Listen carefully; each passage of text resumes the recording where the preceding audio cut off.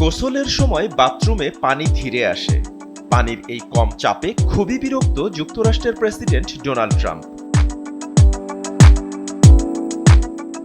তাই তো ৯ এপ্রিল নতুন নির্বাহী আদেশে আগের বিধিনিষেধ বাদ দিয়ে পানির চাপ বাড়ানোর নির্দেশ দিয়েছেন তিনি। You take a shower or wash your hands, whatever you do, including dishwashers where no water comes out, but you wash your hands, and in my case I like to take a nice shower. নির্বাহী আদেশে সই করার সময় Trump বলেন, আমি ভালোভাবে গোসল করতে পছন্দ করি, আমার সুন্দর চুলের যত্ন নিই।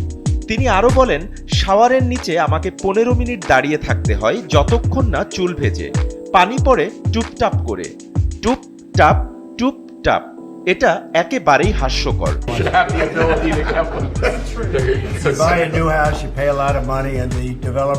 পানি সংরক্ষণ ও পরিবেশগত কারণে বাথরুমে পানির চাপ কম রাখার বিধিনিষেধ ছিল যুক্তরাষ্ট্রে।